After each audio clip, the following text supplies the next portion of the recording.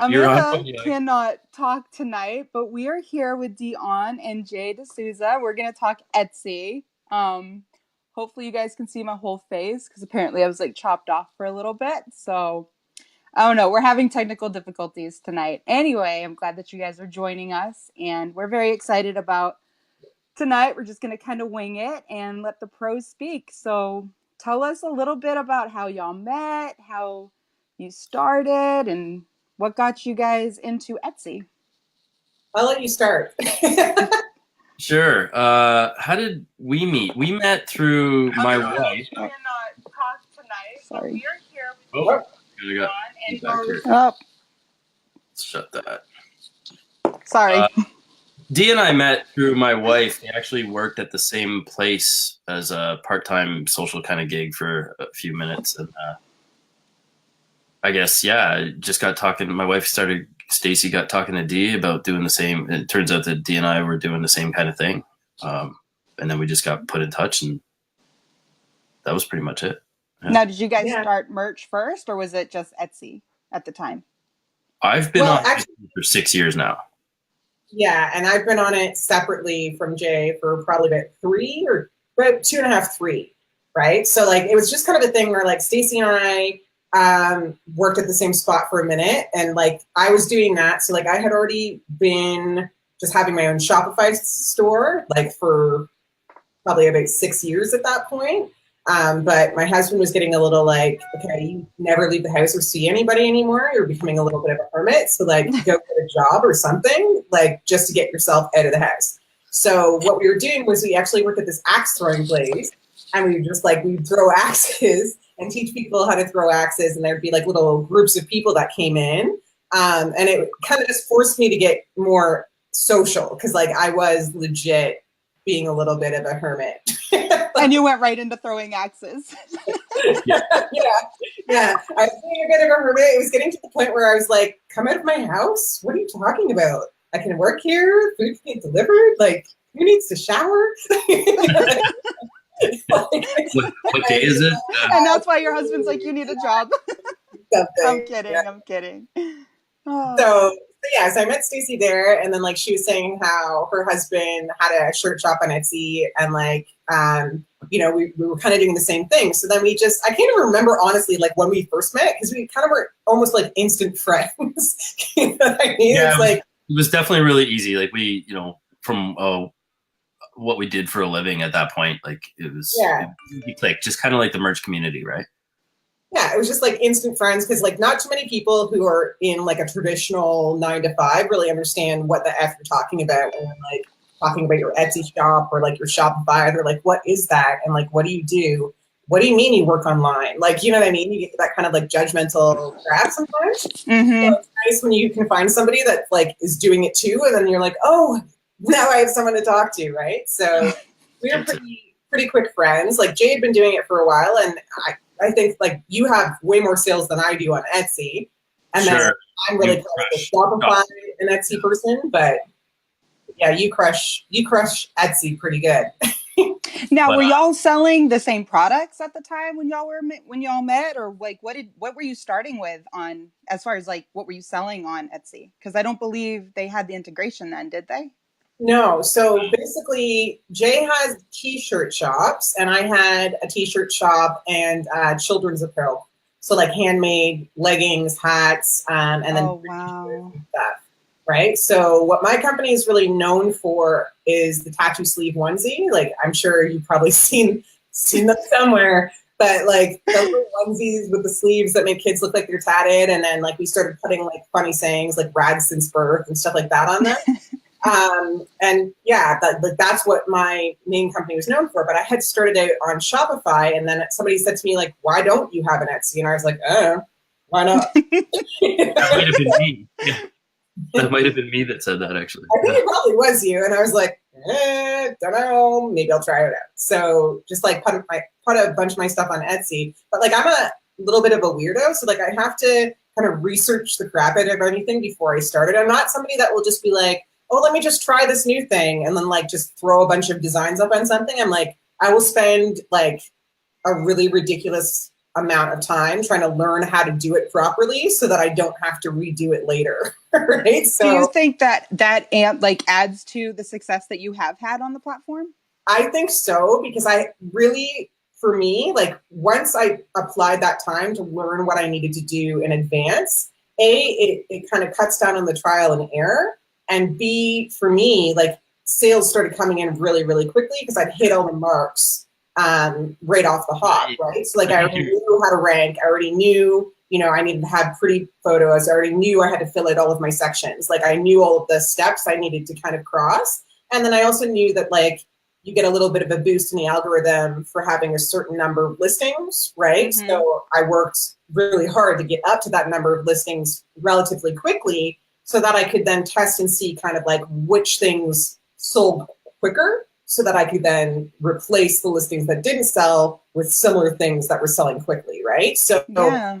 That was kind of my strategy. It was like, hit all of the marks, do all the research, hit all of the marks for, if you take an aggregate of data from like everything that I was learning, and what are the maybe top 10 things that most people said help them be successful, hit all of those things, and then kind of like test and tweak from there.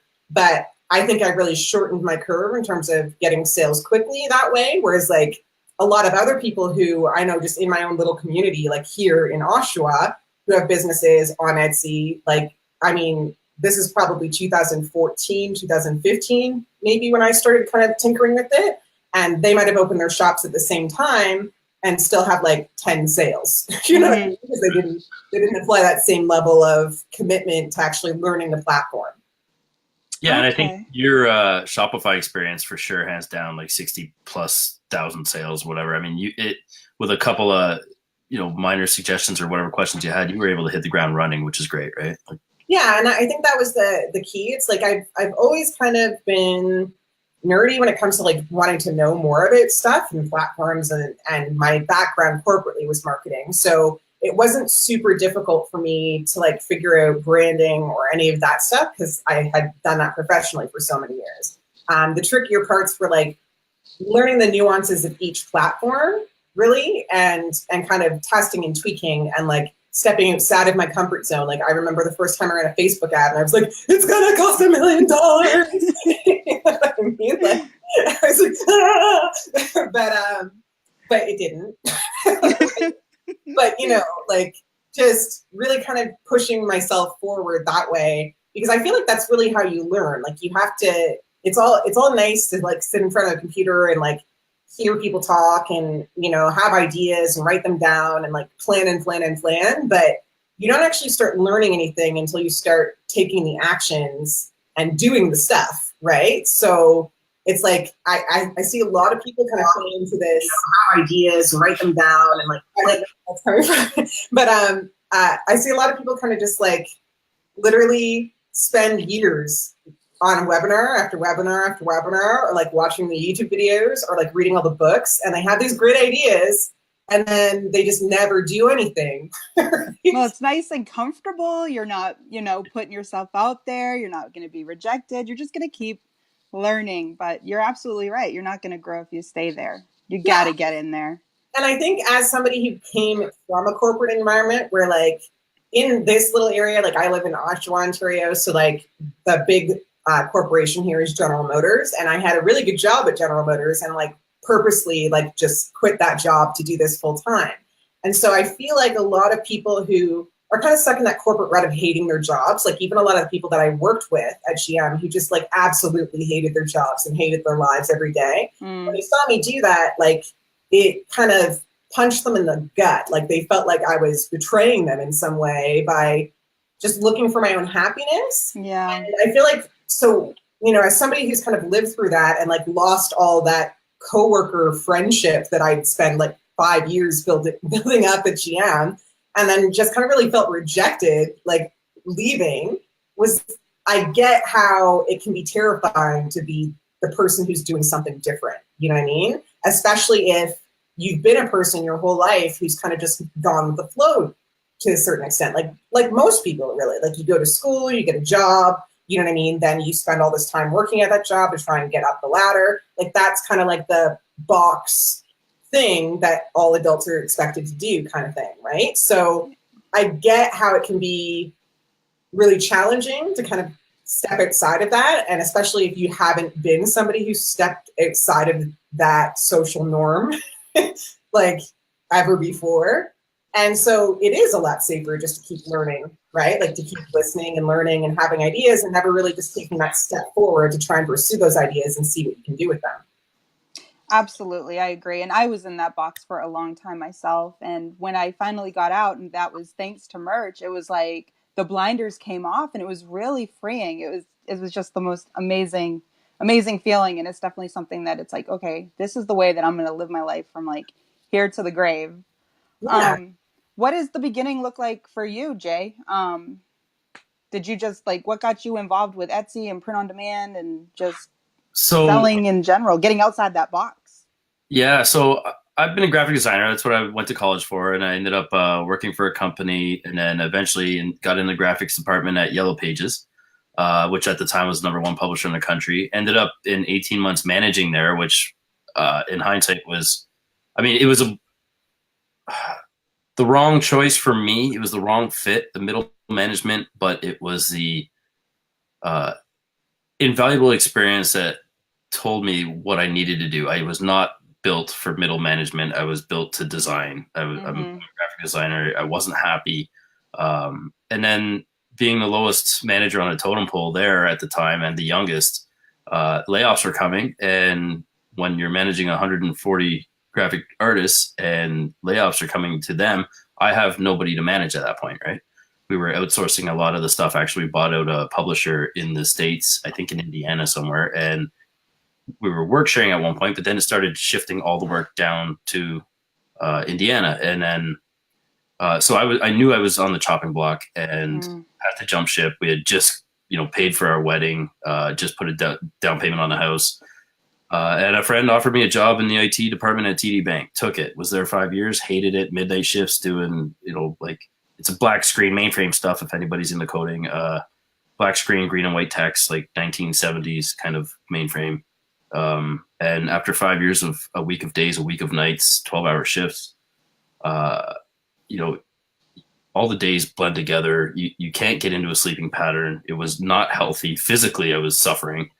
And the thing with the shift work, I realized quickly that it wasn't for me. So with the shift work, like you're only working 12 shifts a month roughly, right? So it gave me a lot of free time to build up the freelance clientele and go almost full tilt. So I, with my wife's blessing, jumped ship after 5 years at TD, and then started freelance graphics. And then with one of my ads that was on Kijiji at the time, I don't know if you guys are familiar with that. I know Craigslist it's kind of like a Craigslist. A guy in Whitby found me, like a nearby town, found me on there as a freelance graphic designer, one of my ads, and hired me to do designs for him. And he had an Etsy shop. So I started selling designs to him for $10 a pop, kind of thing, like very basic stuff. And then he would give me $3 for every shirt that he sold. So nice. Yeah, so it wasn't bad, but I quickly realized how lucrative it was, right? So he ended up fulfilling for me. He was doing vinyl, so he had the plotter and stuff, and would cut out the vinyl, and then he'd press every shirt and ship from Whitby. And I just decided that it was time to go my own way. I found some guys in Toronto who have been great to me, and they've been direct-to-garment printing. So that kind of shift for me was amazing, because if you know anything about weeding vinyl, Dionne knows all about it. The artwork has a limited creative kind of. There's limitations there when you have to weed, which is pluck out the center of a letter O. You have to pluck out a piece once it's all plotted and cut, right? So it can be super tedious if you get into like the gritty or the distressed designs, and there's definitely limits to that. What the direct-to-garment guys allowed me to do was go full tilt, full color, no reservations at all, which for me was creatively liberating. Yeah. At the time, it was probably the greatest feeling, other than being able to quit working for the man, right? Like you're saying, liberating feeling you felt when you just decided to take that plunge. Like nobody can compare. There's nothing you can compare to that. So that was my intro to direct-to-garment through Etsy. Now, at the time, there was like a 6-month vetting process that Etsy that you had to do to be a production partner. Mm-hmm. 6 to 8 months, and you had to take pictures of your office space, your shop, with timestamps. You had to hold cards so you couldn't use somebody else's picture with today's Oh, date. wow. Yeah, with like actually today's date on it, that sort of thing. 20 pictures is what they requested. I think I sent 22 processes of you designing. So you basically had to deconstruct the design to show that you did it yourself. Um, Fast forward to Etsy's IPO, and all of a sudden it's more about the dollar than it is. They want to have good stock prices. They want everything that their investors to make money too. So now they've, decided to allow production partners and it's way easier to do that now. Like Printful's approved, Shirtley's approved. There's a few others now, and integrations, right? Which Now, makes what it. kind of doors did that open for y'all when all of a sudden, wow, we can just have no inventory at all and don't have to touch any products, just load it up and send it through? Well, I, Jake's been doing that for a long time, and that's when we decided, like, what was it, like last winter, that we were going to open up our own shop together, yep. right? You'd already been doing that, and I've been literally, I'm not a kid, like, I shit you not, I would cry from about my birthday every year, every day until the end of December because I just had so many orders, and I had I'm sewing the stuff together, I'm packaging it all, I'm printing it all, I'm quality checking it all. I had staff that I brought on to help me with production and with sewing and with shipping. And, then you're dealing with customers who don't read, and then they don't know that their thing takes 6 days to ship because you're printing and keeping it. And it was like, I'm not kidding, I would cry every day from September 14th until the end of the season because it was just overwhelming, like doing it all that way. And so Jay was like, dude, you need to stop doing that. And I said, but no, enough sleeves for me. No one can. No inventory, no office space, right? No box. Yeah. No more tears. Tear free. Yeah. So we started this thing, and it was kind of like, I don't know, it came like we picked a niche and we had a fun times with it. We've definitely had some moments, but we picked a niche, and it pretty quickly picked up. Like, I mean, I think we started it last October-ish, November. Yeah, we're coming up on a year now. Yep.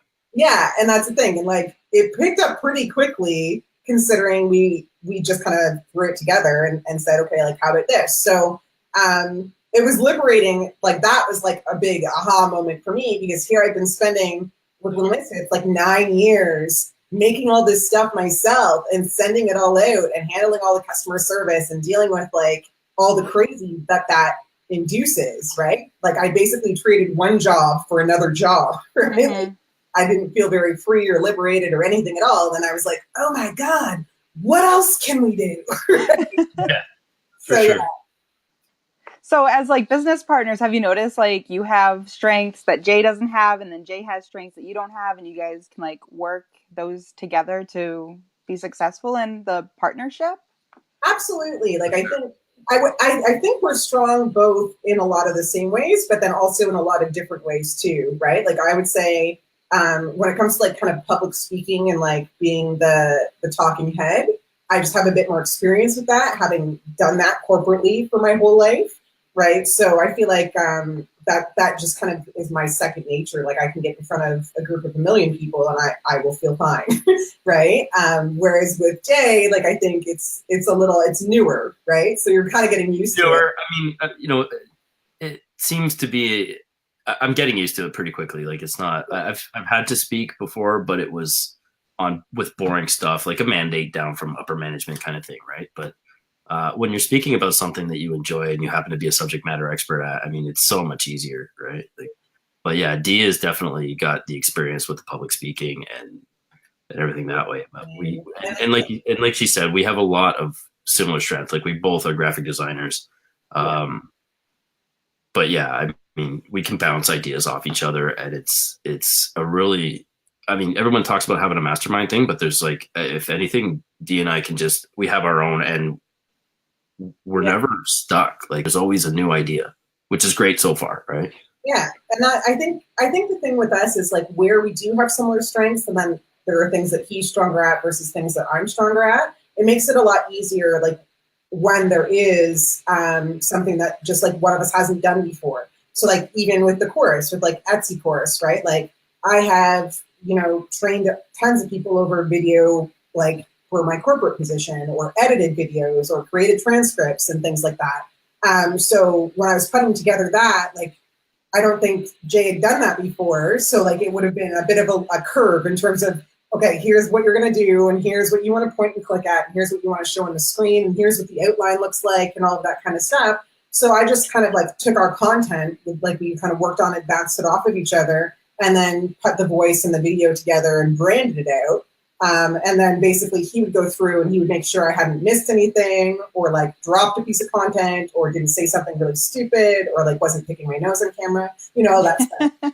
I mean, I've always been good at the copywriting and editing, that sort of thing. So it's easy for me to be able to, skim through it. And especially when, Dee's no slouch herself that way. So it's an easy fit, right? Yeah. And that's the thing. I think our partnership works really well because we are both ideas people. We both really like to talk a lot. So like, in terms of brainstorming, like he'll say something, I'll say something, and then we have like this whole new idea. And it's been really kind of easy working. Like I haven't felt the pain of, like, I've had partners in the past where you're just like, holy shit, this person does nothing. You know what I mean? And I haven't felt the pain of that at all with Jay. I think like when things come up in his life, he can kind of rely on me to do stuff and vice versa. And it's just like, it just works really well.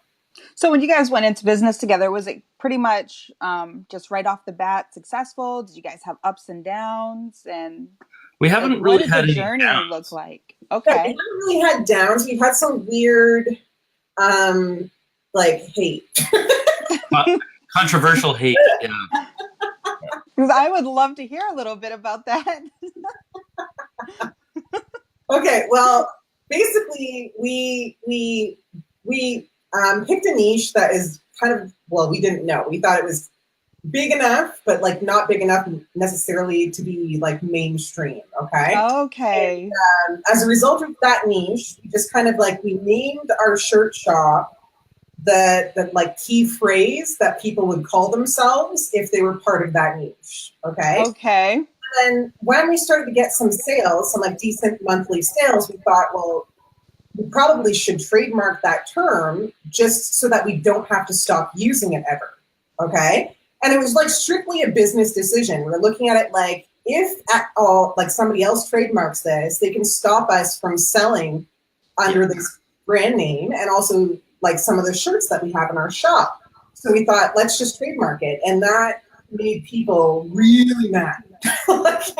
Yeah, like the intent where it's unfortunate, but like this is where Ken's Trademark Watchdog group is unbelievably amazing, because it got to a point where people had to trademark stuff just to stay alive.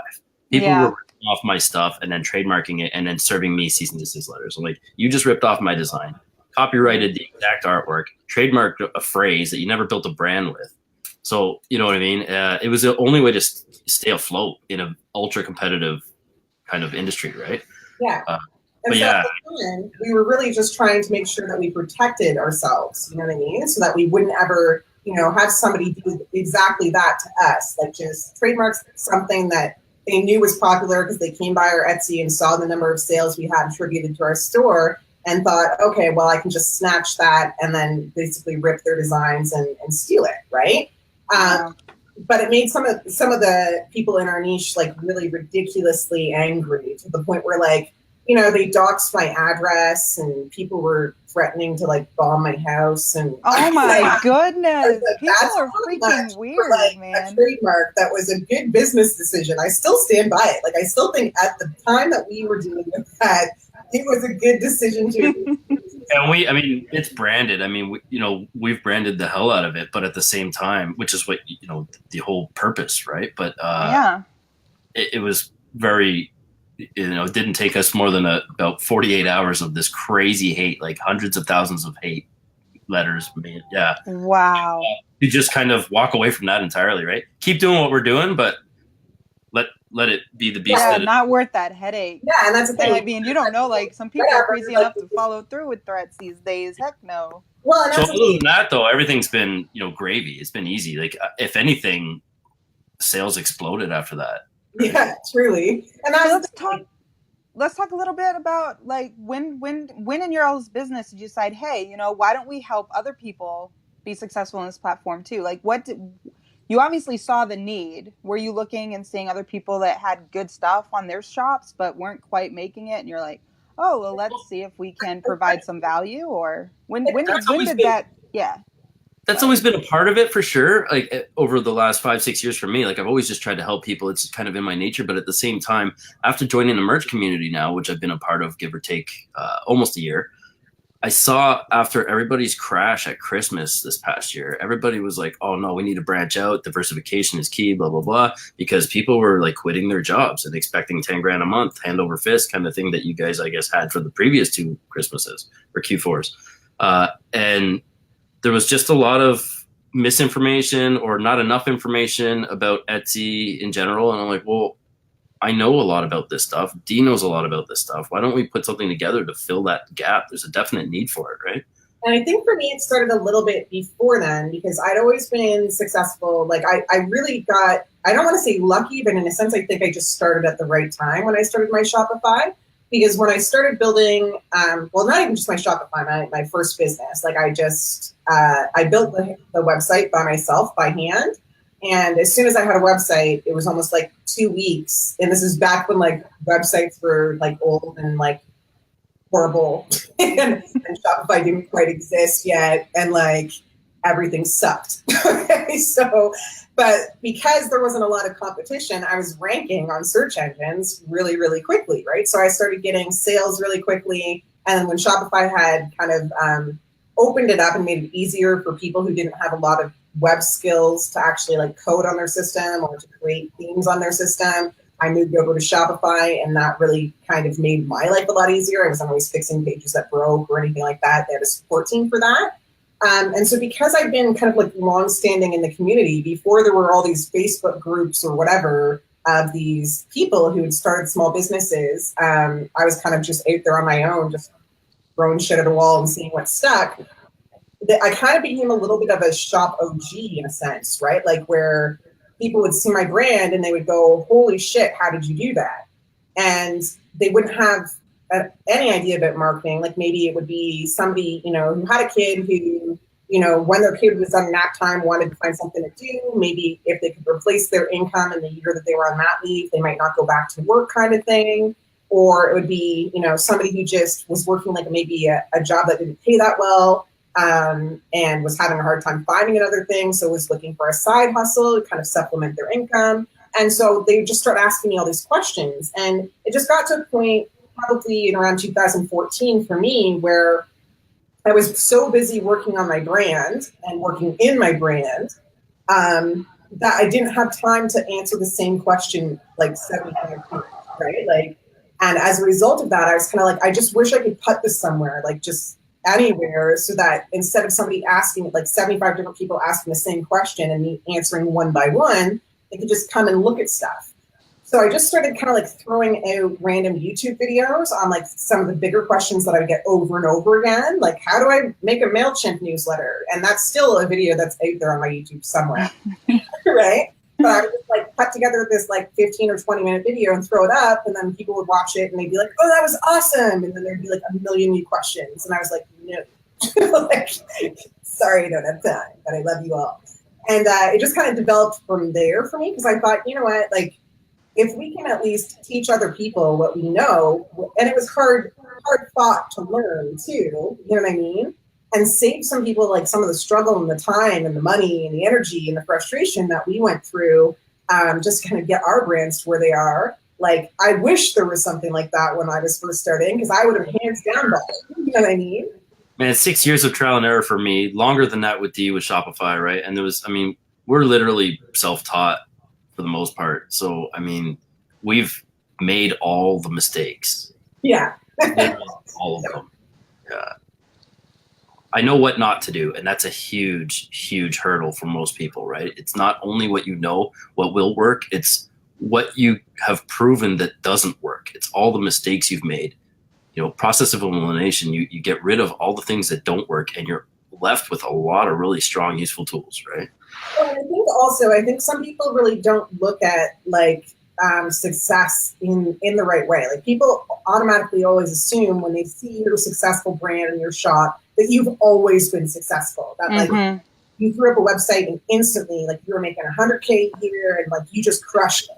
And it's like that's not true for like almost anybody that I know. Yeah. You know, like your success is built off of the back of multiple failures, of like spending too much money on Facebook, trying a stupid Google AdWords campaign that didn't work out. You know, like some stuff on MailChimp and realizing, oh shoot, I couldn't email those people, I didn't have permission. Like it's like all of that stuff that you're learning along the way, you're building your success on the backs of all of your failures, right?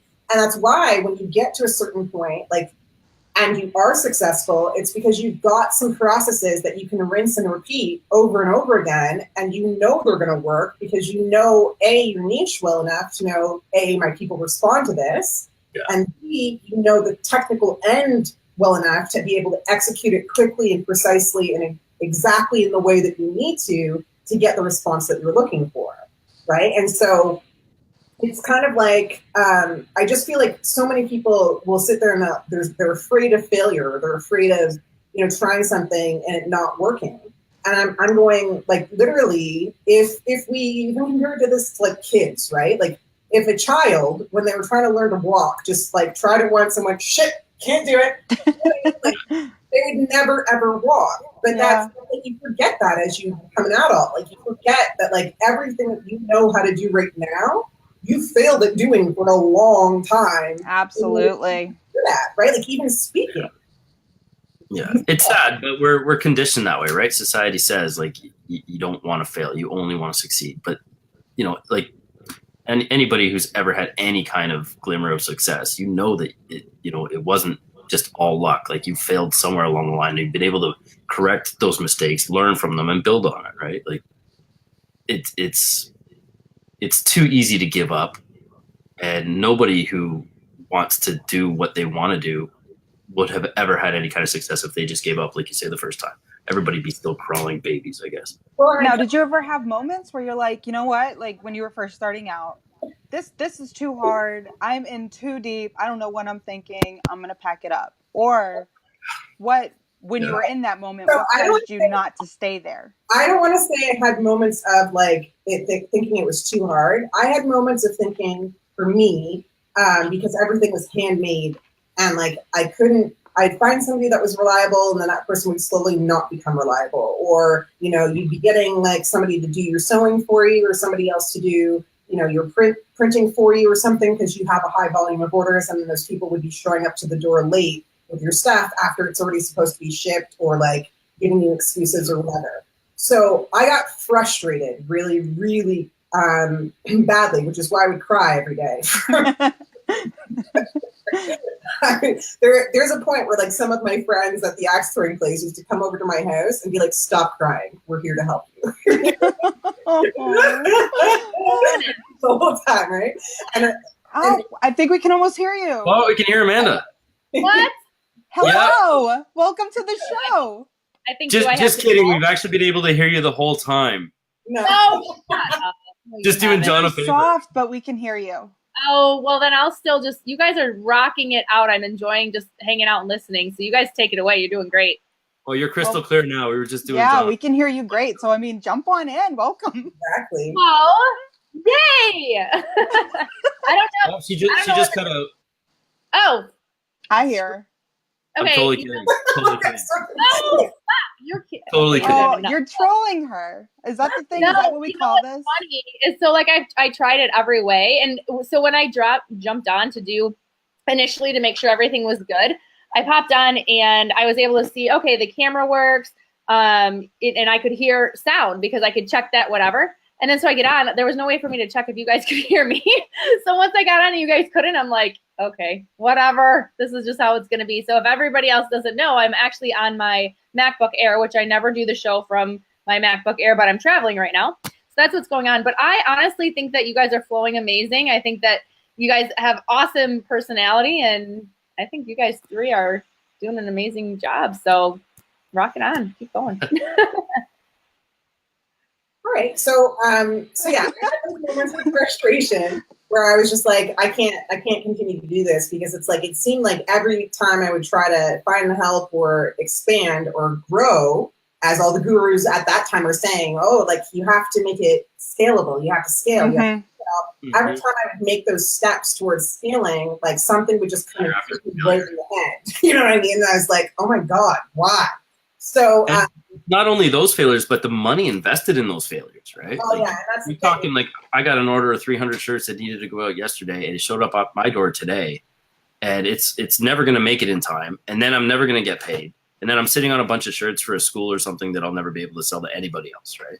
Yeah, so, and it's frustrating, and it's like, you know, you have those moments, but I think the big key comes back to kind of just remembering why you're doing this in the first place, right? And that the big thing for me was like, I was severely a workaholic. Like if I hadn't had my own business, I would just work all the time, literally. Like, and it was, I knew when I left the last job that I had before I went to General Motors, that if I didn't do something different that would take my focus and my time and give me something I needed to commit to, like 100%, I would have just repeated the same pattern of becoming a workaholic again for that role, and paid the same money to do like more and more and more work, like as the years went on. So I just kind of used it as a way of like essentially getting a little freedom from the corporate grind. And then as it got more and more successful, I saw it as my way out of the corporate grind. Yeah. And then, you know, as I've been out, I kind of look back and I think, I don't want to go back to a corporate grind, you know? So like, it's like those motivating factors. Like I like being able to kind of pick my own schedule. I like being able to hang out with my dog while I'm designing shirts. I like being able to travel if I want to and just bring my laptop with me. These are luxuries that I wouldn't have had I still had a corporate 9-to-5. And like the big why behind it is like, I just don't want the same life that everybody else wants. Yeah. Right. And in a sense, it makes you an outlier. So like it can be socially isolating. Like a lot of the people who I actually physically know and went to high school with and whatever else, they're kind of in that corporate grind, whatever. And they kind of look at you like, what the fuck is wrong with you? Yeah. That like, this is what you've chosen to do with your life, because they have no idea how lucrative it is. They have no idea, you know, the potential for growth and scalability or anything. And they have no interest in learning. Right? Yeah. So they just kind of want to judge you based on what their perception of whatever it is that you're doing is. But what it comes back down to for me is that, you know, I've always had an idea for my life that wasn't, you know, having this white picket fence and this, you know, 2.5 kids and a dog. And like, I always wanted to own my own thing, be my own person, pave my own ground. Right? And this kind of allows me to do that. And so even when it's frustrating, even on the days when I cry every day for like 4 months or 3 months, you know what I mean? I kind of go, it's still worth it in the end, because even on those days, like I would still have wins. Like sometimes I get these really lovely customer messages that would just have me in happy tears. It wouldn't always be bad tears, you know what I mean? But yeah. You have those wins, and then you kind of look around at your life when you have the minute to like be less overwhelmed. And you go, wow, like I'm doing it. I'm doing exactly what I wanted to do. You know what I mean? Like I'm kind of making my own rules and living my life on my own terms. And I'm not subject to like a boss telling me, oh no, you can't have that day off, or we need you to work extra, or you're getting paid less to do more, or, you know, you just don't have that. Like as long as you have an influx of ideas, you can keep throwing stuff at the walls, and it's really infinite, the possibilities of what you can do with your time, right? Now, is that what a lot of it, what you do is throwing spaghetti up against the wall, or do you look at more niche specific? Because so I mean, I've a bit of both. Like honestly, sometimes it's to kind of prove somebody wrong, like as much as that sounds awful. Hey, competition I think is a great motivator. I'm sorry. Somebody will be like, oh, you can't sell pillows with swear words on them. Oh, no. Yeah, I can. And I'm like, okay, right? And then I'll just like make a shop that has a bunch of sweary pillows, and those will sell. And I'm like, there you go. Okay. But you know, other times it's like I look at a specific niche and I go, okay, like I feel like this is being underserved, or maybe these people are being gouged, you know what I mean? Or like I'm really good at gap analysis, so I can look at like a group, like what we've done with our partnership, and I can say like the stuff that's out there for this group isn't stuff that I would buy as a member of this group. I just don't think it's like stylish enough or not edgy enough or whatever, not enough. So it's being underserved, and if we can find a way to serve that gap, then there's potential there, right? And then we'll test, we'll do some keywords, we'll do some research, we'll throw out different designs, you know what I mean? And we'll kind of build from there. And it's like, so for me, it's a little from column A and a little from column B. Sometimes I just like to almost in a sense challenge myself, you know what I mean? Like when somebody says, oh no, you can't, I'm like, okay. Like, watch. But that said too, I mean, it's more like any new ventures we try to do are way more niche specific than like my first Etsy shop, for example. That was the proverbial spaghetti on the wall. If it sticks, it's ready. I at one point I had over 1,000 listings, which at the time was a lot before merchants started migrating to the Etsy platform with their tens of thousands of listings.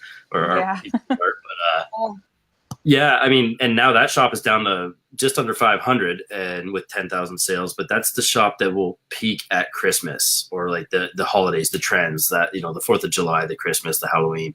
But everything else now, I don't want to rely on just Q4, right? So everything else, the other shops I have and the shop Dee and I have together, super niche specific. And with these gap analysis, like we're filling the holes that, in terms of artwork or what was available for that niche, it's just so lacking. And it's an easy one for us to kind of scoop that way. And you want the steady sales year round, right? As opposed to, and yeah, you're going to have a natural like uptick come Q4 because people will spend money on gifts, but you want to be able to make payments and mortgage payments every month, not just in Q4, right? So that's kind of where I think any project I ever would work on going forward, and for the last 2 years or so, has been super niche specific for sure.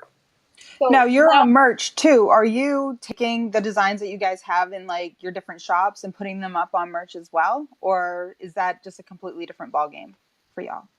So I'm new on merch. Like I haven't really, like I'm on like tier 25. So like I'm on like the smallest like baby tier of life. So I have been, like I've been slowly kind of plugging away at it. But what I've been finding is that the Etsy shopper versus the merch shopper are very two different animals in a sense. Yeah. And so because of that, because my breadth of experience comes from marketing, branding, niche. It's different for me coming into merch. It almost, in a sense, like feels like I'm going backwards a little bit in terms of like the designs that people are looking for on merch versus on Etsy. Like I find just because of how Etsy started as kind of like a one of a kind or artisan made. Definitely more boutique feel, right? Yes. You've got this more boutique upscale-ish vibe in a sense, right? And that's usually like the shopper that they target with their Etsy ads and that sort of thing. And so I kind of know those types of customers a lot better than I would know, say, like the merch customer, which I would say is kind of more like maybe a Walmart versus Target customer. You know what I mean? Like the guys that shop at Walmart versus the people that shop at Target, they're similar but very, very different at the same time, right? And so that's been a little bit of a struggle for me, is like some of my designs, like reverse kind of migrating. I'm like, uh-oh, I have to make this simpler or different. And part of me kind of goes, while I totally get merch is awesome, I'm just better off at like the boutique stuff. You know what I mean? Like, because that's easier, that's faster sales for me, and it's not as steep a learning curve.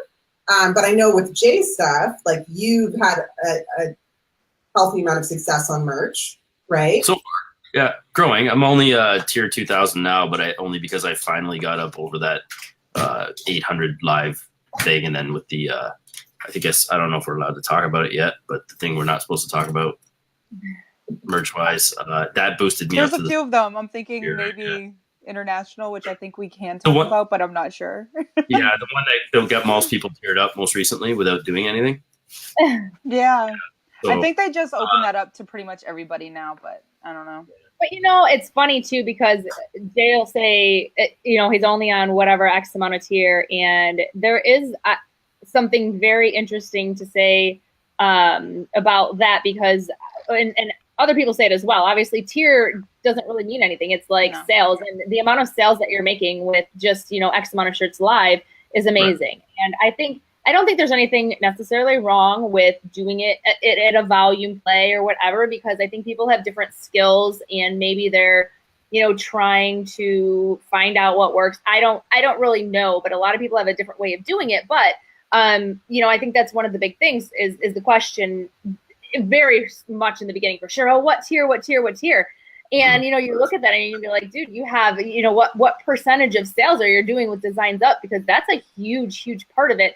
And I mean, I guess if everybody's working it the way they're working it, I don't think there's a wrong way to do it necessarily, but don't shortchange yourself, because I know you're rocking it with, like you said, 800 live or something? Yeah. I'm up over 1,000 now, but most of that 200 bump was not me, right? Yeah.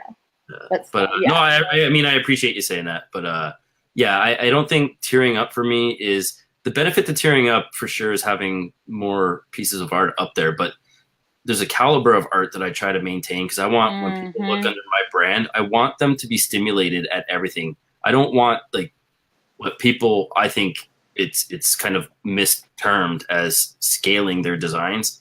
It's changing a word on something is not scaling it. Every new occupation, if it's like, what's your superpower and I'm a nurse or whatever, any new occupation you're putting, it's a completely new niche, right? It's a new target market.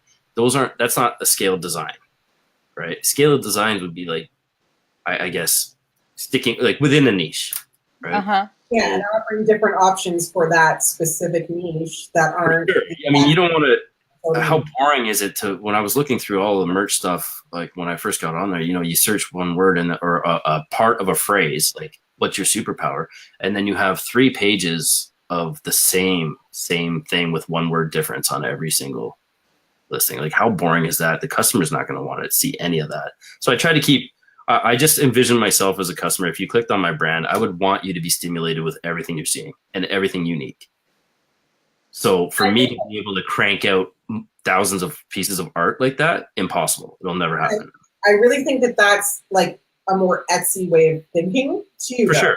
Yeah. Because I think for the Etsy, not to say that people don't have general stores that are successful at Etsy, because there are tons of general stores that are not niche specific and they are rocking it on Etsy.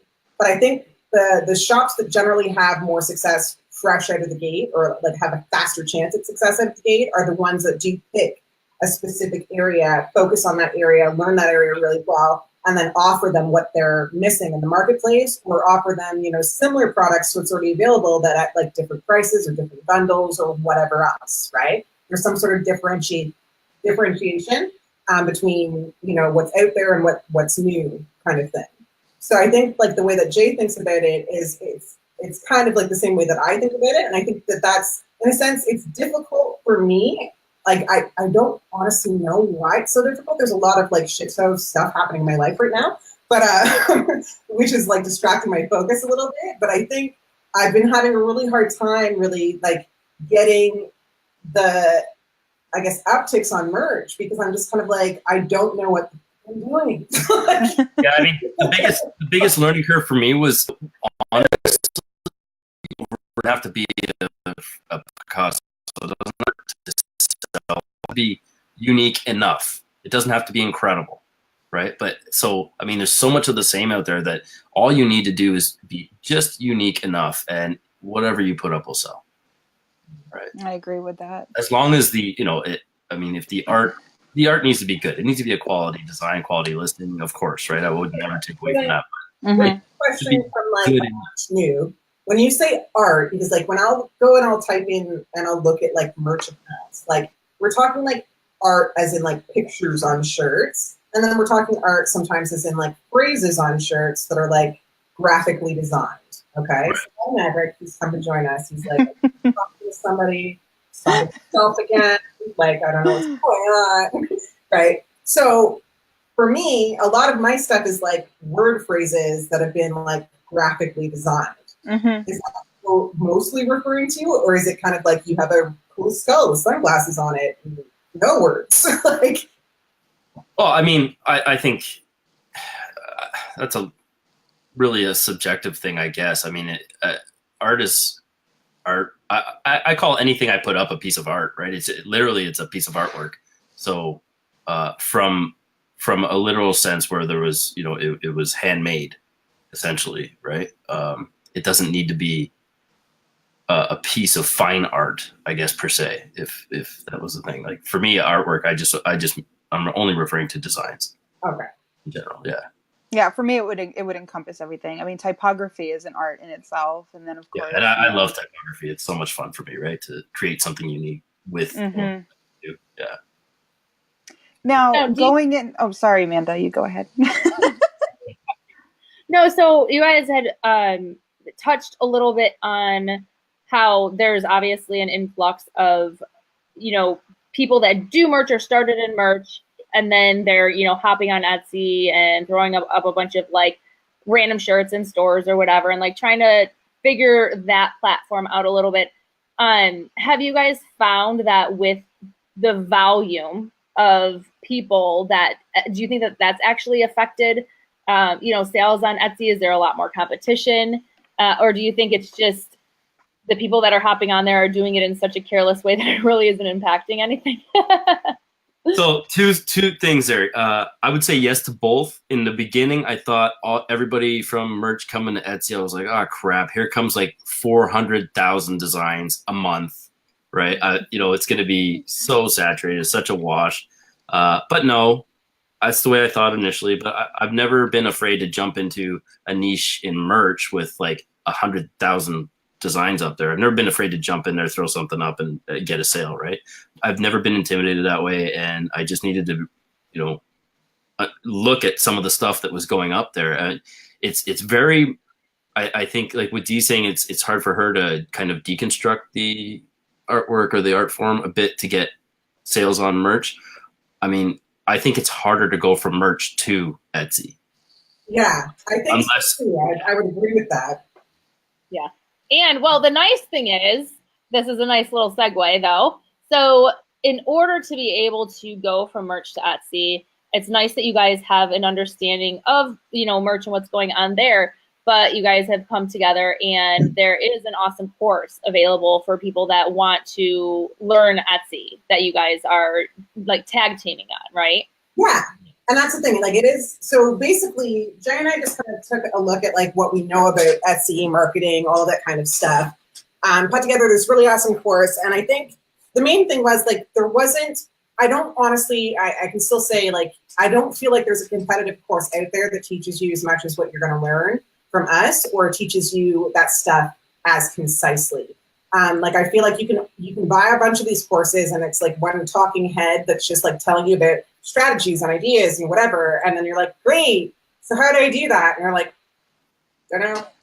I didn't do it. Yeah, or these courses are like hello, 2-hour videos, right? And then you're trying to figure out in 3 segments of 2 hours or something for a 6-hour course, but you're trying to remember where you caught that point of what, and then you got to sift through all this video. Like, I think the best thing we could have ever done was put it in bite-sized chunks and actionable content. You can go through your lunch break, you can take 10 minutes out or a coffee break and finish a module and go home and apply it. Like, it's so actionable. I think it's like the nuts and bolts of it all is just, it's so easy. Like I feel like I would have saved so many years and dollars if I had something like this. And that's what I want to be able to give to people, right? I think Dee's the same page there. And I think that was the key. Like when we were kind of just talking about like what we were going to do and how we were going to put it together, I wanted to give people like the backbone of the strategy, but I also wanted to give them like, this is how you actually physically do this, Susan.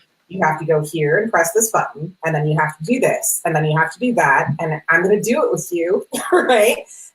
So that you felt comfortable, like watching me do it and going, oh, my stuff looks kind of like that now, so like we're good, right? And then you could rinse and repeat, and you're learning as you go, not just hearing as you go. right? So for somebody who's never done Etsy before, they've been doing merch, they hear about this Etsy thing, it appeals to them. Will your course pretty much tell them to like hold their hand throughout the entire thing from start to finish? Like Absolutely. from Absolutely. signing up to the account to Absolutely. From like when you first register your Etsy, having to go back through, put your payment information in, how you brand it out. If you're not really good at branding, how you can do that on Canva. I even give you a brand board tutorial that's for free inside of the course where you can literally click on it and edit the pictures and then download your own mood board so that you know exactly what you're looking at, what your vibe of your shop should look like by the time you're done. And you can do all and other steps, and they're all in bite-sized chunks, like Jay said, right? So if you're not somebody who's super well versed on marketing, branding, looking for keywords, figuring out what it is you should sell or what your photos should look like, or you know what description should say, all of that stuff is in bite-sized chunks, and you can just go through it, and you can be working on it at the same time that you're going through it, or you can go over it and over it again because it's not 4 hours long that you're sitting there in front of the screen. It's like 10 minutes, 15 minutes, 20 minutes. So you can always find, oh crap, I forgot what she said about this. I think there was something there. I can go back to that exact module, and it's like 10 or 15 minutes of your time to scan through the whole thing, right? So that was the whole purpose, was to make it as user-friendly as possible. So if you didn't know anything whatsoever about Etsy starting out, you would learn everything in like a crash course from the ground up. wow. Or if you knew a little bit about Etsy, you could skip certain modules. Like say you're really great at branding. So you had like Shopify's and you crush Shopify branding and you're like, I know how to brand stuff. I don't need you. You know what I mean? Then you can skip that whole module. But then like the nuts and bolts of like, how do I properly put up a listing? How do I make sure that my listing ranks? How do I, do some competitive analysis? How do I structure my pictures? How do I test two different product pictures against one another to see what sells better? Like all of that kind of stuff is covered. And like, so you don't end up feeling like, oh, I bought this course and it was just all one thing, right? Yeah. That's impressive. Like I want to sign up right now. Well, I mean, right down I to might. what a lot of those courses lack is part of what we've got a couple modules on it too, is identifying your target customer. Oh, yeah, that's something I definitely struggle with on merch, on everything. Like that's paramount, right? If you don't know who you're trying to sell, I'm sorry. That's a cool thing that you guys talk about too. I love that all of the stuff that you guys are going to be teaching in that course will overlap as well. So like you just touched on identifying your target market. So once people get refined, and even if they're working on that towards their Etsy market, that's a skill they're going to be able to use and better supply, their merch customers with what they're looking for as well. Well, and I say like to everybody who I've either coached or talked to or like given advice to, I always say any brand, the most important thing is understanding that target audience, like understanding what that person wants, how that person feels. And I mean, really doing a deep dive on it. Like you'll Google, identify target audience, and you'll get like a 1-page document that asks, how much money do they make? How much, like, where did they go to school? Like that kind of stuff. And then it just stops. And I'm like, well, shit, you don't know anything. Like, you can tell me, okay, so like there's a in this Oshawa area, there's probably 40,000 women that are between the ages of 25 and 35 who make $50,000 a year and have a college education. Does that make us all the same? No. Does that make our interests all the same? No. Are they all going to have purple hair? No. And that's the thing. And it's like, it just stops there. And it's like, well, shit, that's not helpful. Like, it might be helpful for targeting like an ad to like a specific wide group of people, but you really have to kind of deep dive on like, what are these people into? What words do these people respond to? Like, where are they hanging out? If they saw something, what shows are they watching on TV? What are they binge watching? And then and going like, did you watch this show? Did you see this episode? Like for me, it's like Grey's Anatomy. So like, if you see Grey's Anatomy, 100%. Okay. Anything that's why you cry all the time. You know what I mean? But that's the thing. You don't know that unless you've really spent the time targeting my personality, right? Like, and that's something to be said, like Amanda, what you said. you know, I don't really think about it all the time that way, but you're absolutely right. I'd say probably 75% of the course content transcends platforms. It's not only Etsy specific. It's just good business, right? Like I mean, that's a great point. So I appreciate you bringing that up, actually. Yeah, because that's the thing. Like once you really nail that, it becomes so much easier to launch multiple different brands and multiple different niches. And that's the thing. Like as you grow as a human being, like I've been at this for, you know, just shy of 10 years with my own website selling things online, so e-commerce, right?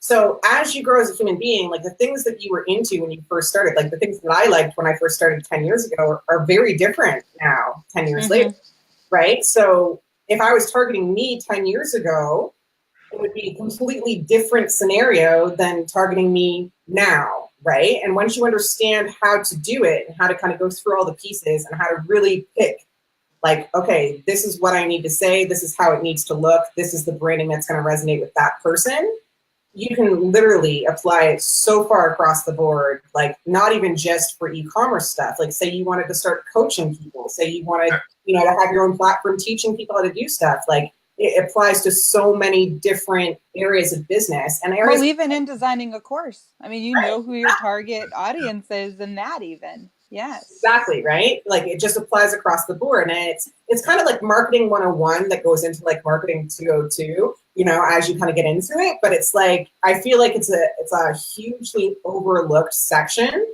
that people just go, I'm just going to design and design and design and throw this up and throw this up and throw this up and see what happens, right? And that will work for some things. It will. But can you rinse it and repeat it? You know what I mean? Like how many hours did you waste with the designs that didn't actually sell because you know what I mean? Like, and that's the thing. It's like the faster path to success is always understanding who you're selling to. It's really what it comes down to.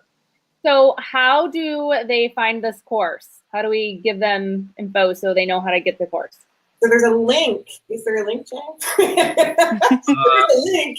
Yeah, I think I sent it to all of you ladies and Amy H, the girl boss herself, or the queen, I guess. The queen of merch, Amy Herberger. I want to throw it. I think we extended what was it? A pretty good discount for the ladies in your group. Yeah, so I can't see it because I'm not allowed in it. Right, but this is our co-ed group. So are we throwing it up on the page too? Sure. So yeah, discounts for everybody. Whoa! The more the merrier. This is what happens when we bring a boy on. And I need. Well, yeah, we can't be sexist here. So. All right. So how do we get this out to these people? Because I know they're going to want this course. So what do we do? Okay, so there is a link. I think Jay, I think you might have sent it through. If you didn't send it through, we will put it up in the group. I will send it to you via PM, and it'll bring you straight to the course page. Basically, there is a 25% discount for everybody in your groups. So it's a coupon code. When you go to purchase, you put in the coupon code, which will be on the post that we're going to post in the Facebook groups. And basically, you'll just get that discount. And then we also have a separate group just for course attendees. So hilariously, I think this is actually really funny. I put this group together because I was like, people are going to have questions. Absolutely. Nobody has fucking questions, okay? I don't know if it'll work. If you don't have a question, maybe just like talk to me. Well, that's a testament itself to your course. If nobody has questions. They're taking it and they don't have any additional questions. Sounds like you've got all bases covered. It's true. But I got really paranoid like the first couple of weeks because I was like, Now, with that said, though, like, what kind of feedback have you gotten? And that's it. Like, people were like, I was going to ask a question, and then I watched like 5 more minutes of the video, and he answered the question.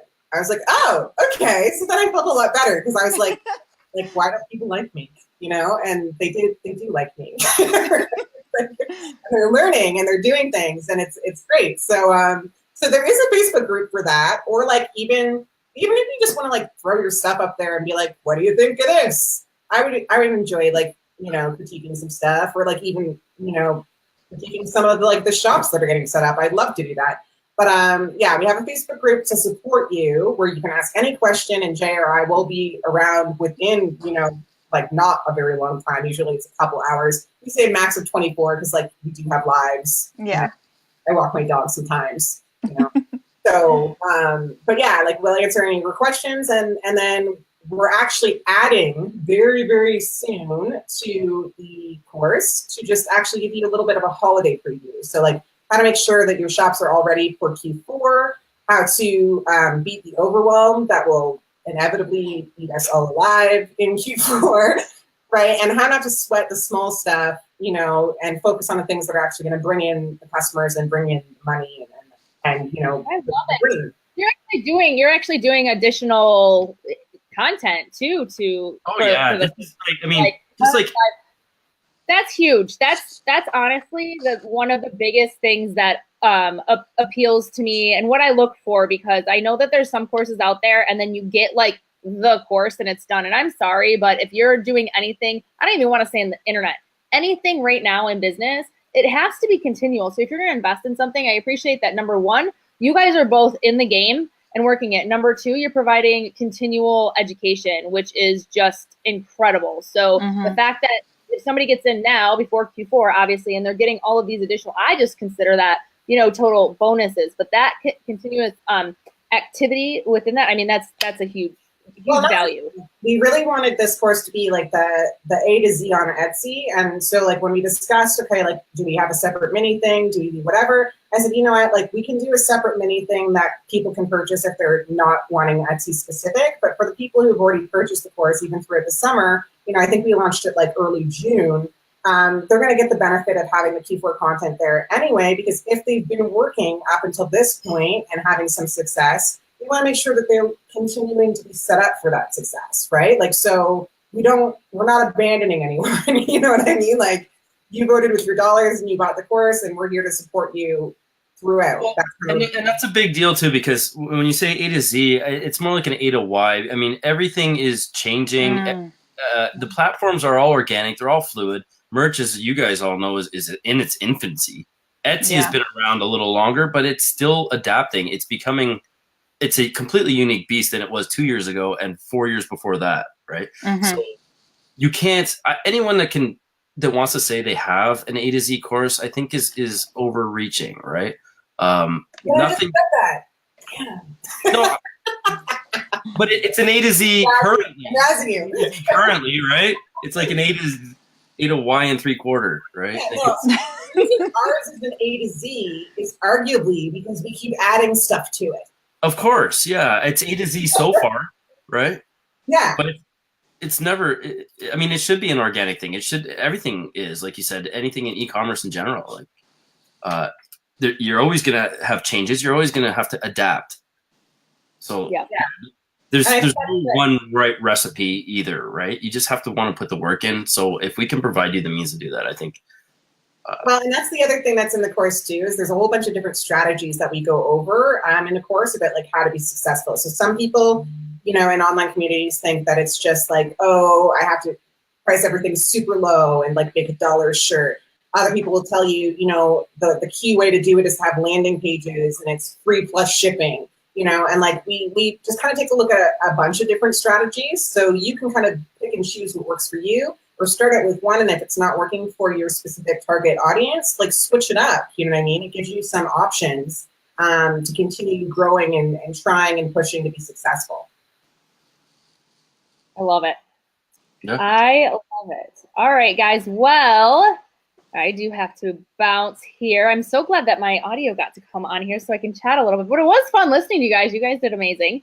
Your audio was good 5 minutes in. You know what? It's so funny. So you guys didn't tell me. You guys were just like, just let her be quiet. But so with the, I did put the link up there. I know sometimes it's in the comments as well. So if you guys need to go search for Jay's comment in there so you can see that is the course.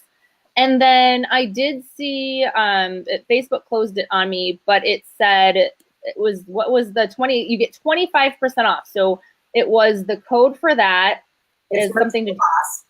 Is a merch girl boss. Okay, one word, merch girl boss, like all together. Yeah, I can't wait. So, I'm definitely signing up. I'm excited. I've been wanting to do Etsy for a while, and now it doesn't seem so intimidating. So good. And I help too. Yeah, and I appreciate you guys. Yeah, I mean, I think that's amazing that you guys are giving that discount. So thank you so much. Obviously, you don't have to do that. I know that I've heard of people that had decided to take the course. I have not jumped back into Etsy, and I won't until I take the course, because I have done it. So if anybody wants to waste time and energy and get frustrated and whatever, don't take the course, okay? If you do want to jump on it, because I won't. I'm telling you right now, I promise you I will not touch Etsy again without that course. And they're giving a 25% off discount. So if you guys want to rock a shop for Christmas, and don't compare it to merch to where you think you have to have a gazillion designs up, because you do not. Definitely get that course, prep a shop for Q4, have a blast, and I know that they're going to take great care of you guys. So thank you so much for coming on and sharing all your insight. It's been awesome. You guys are awesome. Thanks so much for having us. Yeah, thank you. I've been looking forward to this all week, and I'm so glad that you both joined us tonight. Awesome. And I'll meet you, Jay, in Seattle. I'm excited to see you. I know. I'm so excited to be going. I'm like, yay, get to meet all these people. That's online. I'll have real friends. Awesome, guys. All right. Well, thanks everybody for hopping on and get the course. And you guys will rock your Etsy for Christmas. And you guys have a great night. Talk to you later. Bye.